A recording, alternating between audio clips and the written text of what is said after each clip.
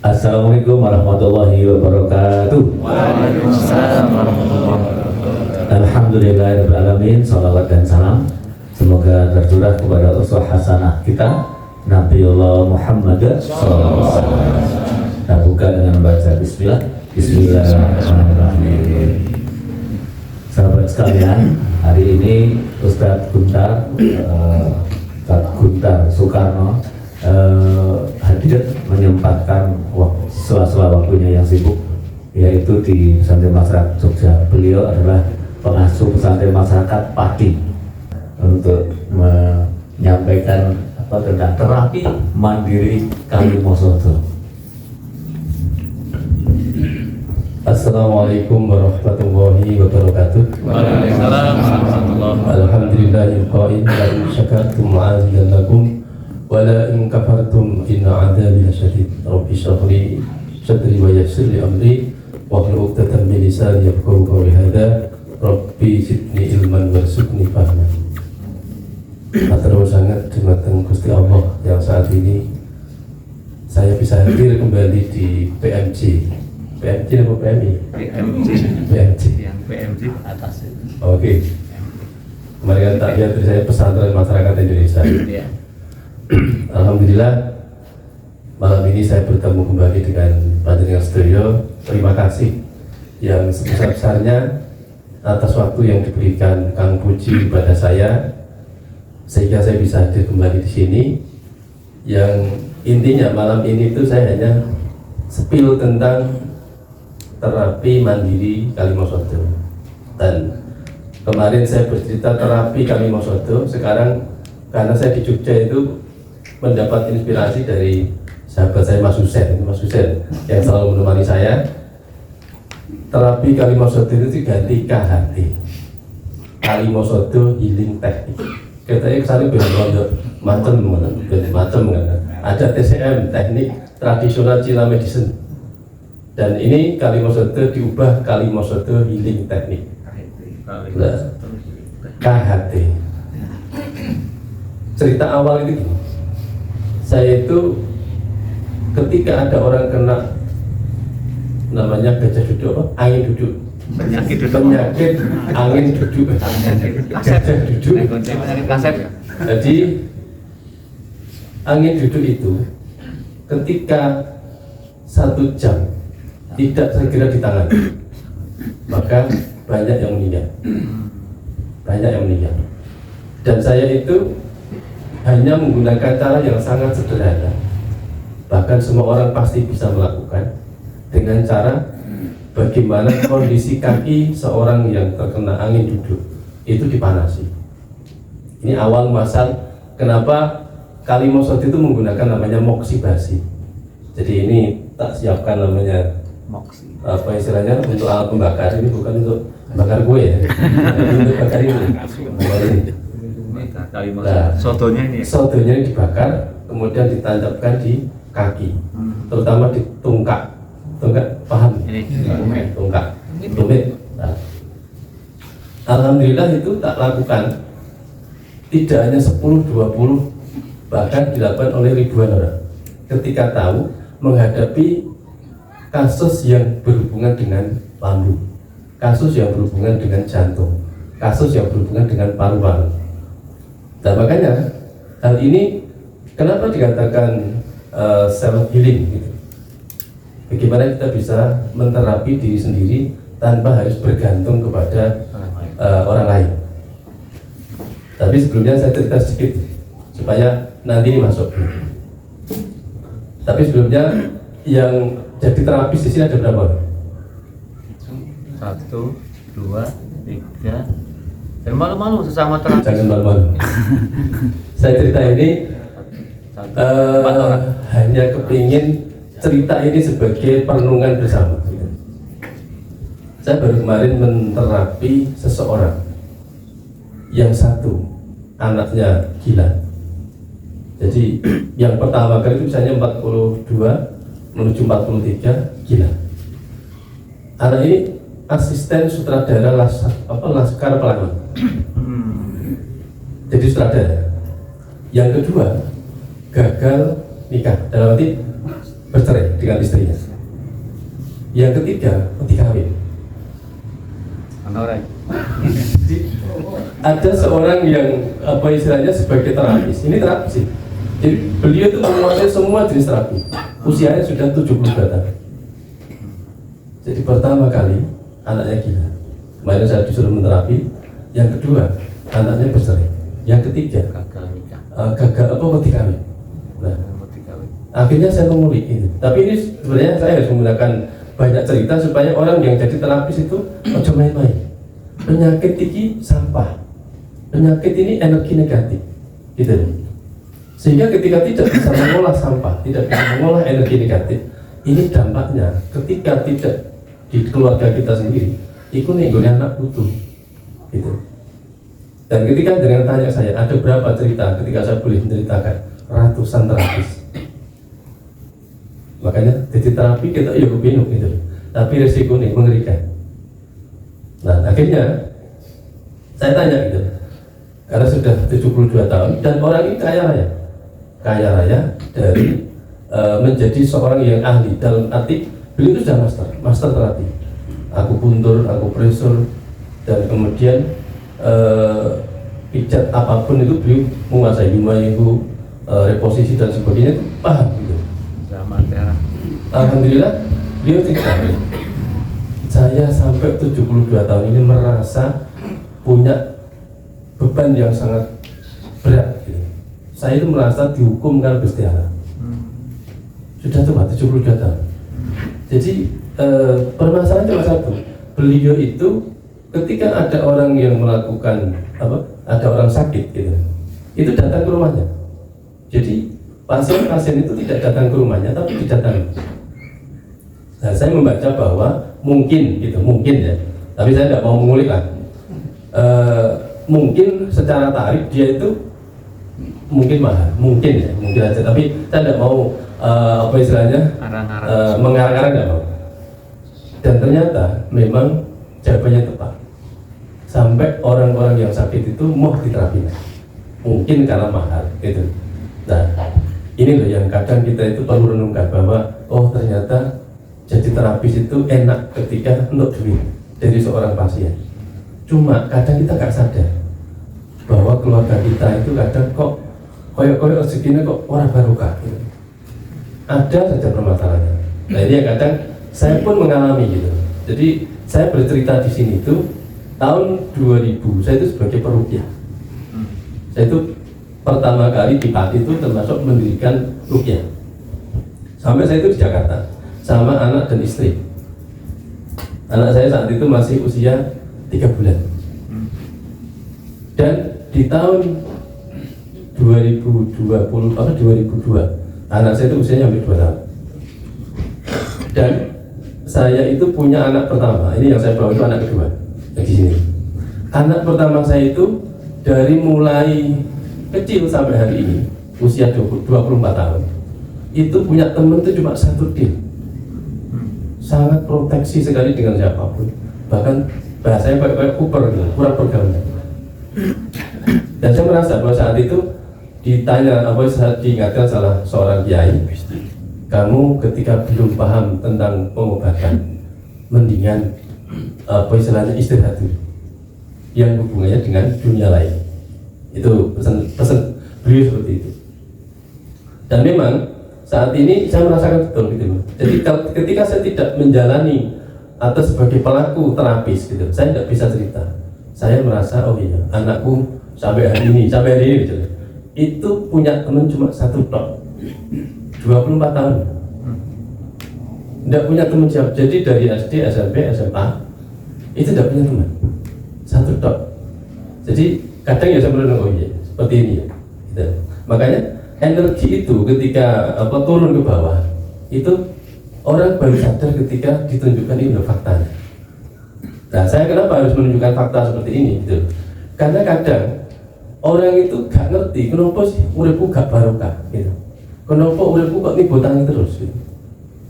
Saya jawab bahwa ketidakberkahan itu gara-gara dibuka ayat 53 surat 53 ayat 39 sampai 41. Gusti Allah itu nek bales menungso itu banget sempurna. Itu ayat 41. ayat surat 53, 39 sampai 41. Makanya ini loh pegangan saya gitu. Jadi akhirnya saya turun lagi menyampaikan ini karena saya sudah sepertinya merasa ini sangat penting gitu. Bagi orang-orang yang kepingin tahu hidupnya piye carane barokah gitu. Maka dari titik hal ini saya menyampaikan ini dengan siapapun orang yang kepingin belajar KHT, Kalimasatul Healing Teknik, maka saya gratiskan. Kenapa gitu? Karena saya menganggap ini sebagai cara saya untuk menetralisir apapun masa lalu saya supaya orang mendapatkan kesehatan, orang mendapatkan apa yang diinginkan. Dan alhamdulillah KHT ini sudah kita kembangkan dari Lumajang, termasuk yang paling berkembang sekarang Kudus gitu. Banyak terapis-terapis itu yang intinya kepingin tahu, oh metodenya seperti apa, kok bisa ya dengan satu metode iso ngobati anak tantrum, iso ngobati peraktif, iso ngobati wong gendeng, iso ngobati wong stres, iso ngobati penyakit diabetes, iso ngobati stroke saraf kejepit dengan satu metode.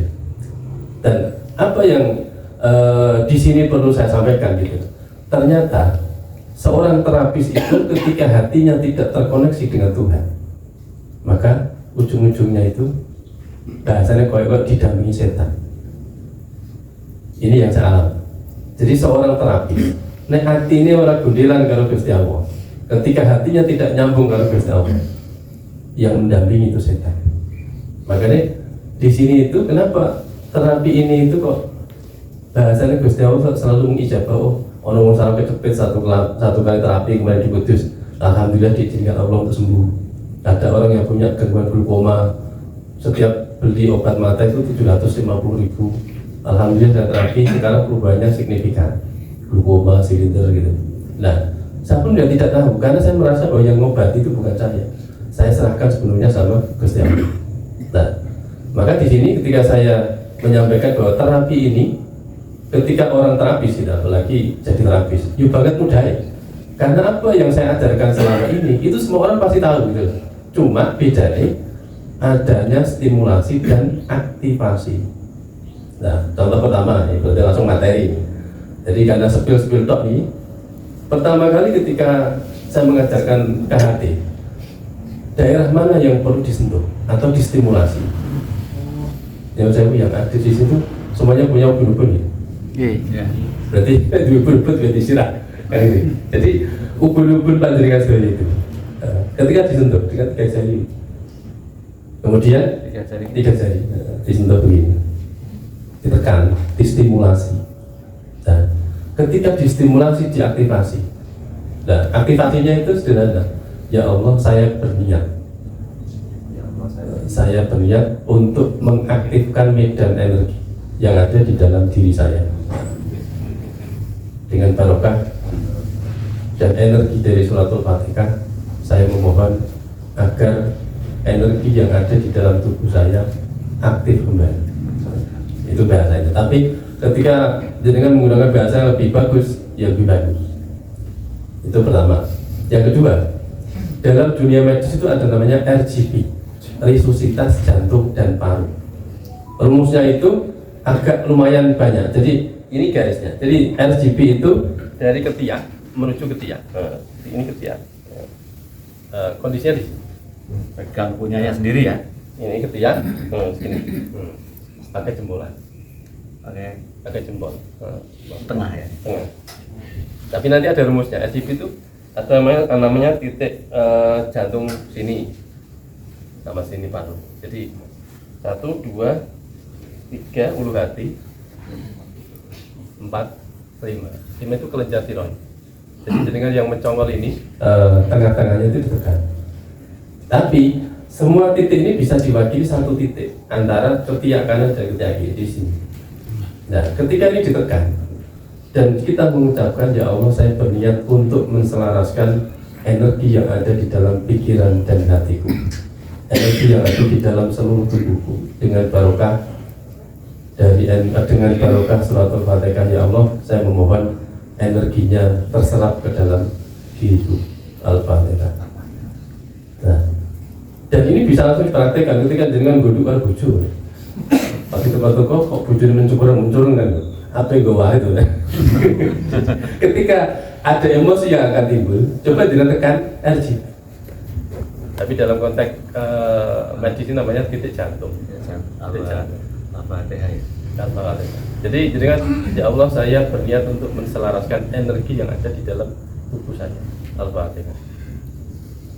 Jadi kepengen singkat seperti itu. Di sini sama. Ya Allah, saya berniat untuk mengaktifkan medan energi yang ada di dalam diri saya. Al-Fatihah. Nah itu ketika jenengan lakukan habis sholat dan kemudian dilanjutkan baca istighfar. Ya Allah, saya memohon energi dari istighfar terserap ke dalam pikiranku, terserap ke dalam hatiku, dan menetralisir sampah energi yang ada di dalam pikiranku, hatiku, jiwaku, dan seluruh tubuhku. Dan itu ketika astagfirullahaladzim kita rasakan, itu hati kita itu rasanya ayem gitu, plong gitu. Makanya ketika jalan kepengen bukti, sing duwe dendam, loro ati, mangkel, jengkel kalau wong sing ditani, kan gitu kan. Jadi ditani 10 tahun, Anda ketemu, yuk kok guyu, sugih. Tak kira sugih, tapi gak gelem bayar. Ada nggak? Jadi diutangi 10 tahun, wajah sugih, tapi gak gelem bayar utang, kan mangkel. Iya. Nah, menghadapi orang seperti ini, bagaimana cara menetralisir, kan gitu kan? Maka titiknya itu titik RGB, resusitasi jantung paru, ditekan, difatihkan. Ya Allah, hari ini saya dendam, hari ini saya jengkel dan kecewa. Ya Allah, saya berniat menselaraskan energi yang ada di dalam tubuhku. Al-Fatihah. Biasanya sederhana. Jadi makanya ketika kesimpulan saya itu terlalu rumit, maka banyak orang boleh ke hati, kan itu kan. Maka ini kesimpulan dari berbagai macam metode tak jadikan sederhana sekali, dan semua orang pasti bisa. Nah, yang ketiga yang disampaikan Kang Puji itu benar, bahwa semakin kesini orang itu kesehatannya semakin melemah. Nah, apa yang harus kita stimulasi? Jadi selama ini kelemahan dari tubuh manusia itu ujung-ujungnya itu bolak-balik, kenikmatan dunia itu berkurang. Bahasanya seksual. Rata-rata seksual seseorang itu semakin menurun, orang semakin meningkat. Saya tua itu saya lemes, nih. Nah ini tak gawe saya tua, saya mantap. Jadi bagaimana caranya kan gitu? Tubuh panjenengan seperti itu. Ketika masih punya pusat, kan gitu kan? Masih punya pusat gitu kan? Pusat.